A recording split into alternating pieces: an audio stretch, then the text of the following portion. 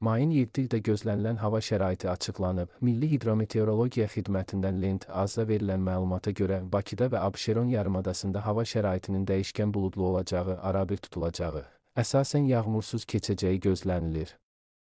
Lakin 6-dan 7-nə keçən gecə bəzi yerlərdə az çiskinli olacağı, gündüz isə qısa müddətli yağış yağacağı, şimşək çaxacağı ehtimalı var. Cənub-qərb küləyi gündüz şimal-qərb küləyi ilə əvəz olunacaq. Havanın temperaturu gecə 14-18 isti, gündüz 23-28 isti olacaq. Atmosfer təzyiqi 760 mm civə sütunu təşkil edəcək.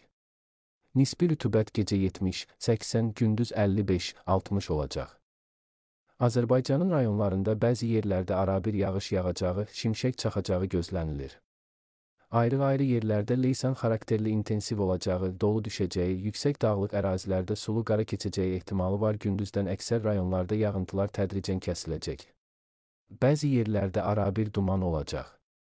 Mülayim şərq küləyi əsəcək. Havanın temperaturu gecə 15-18 isti, gündüz 23-28 isti, dağlarda gecə 3-8 isti, gündüz 13-18 isti olacaq.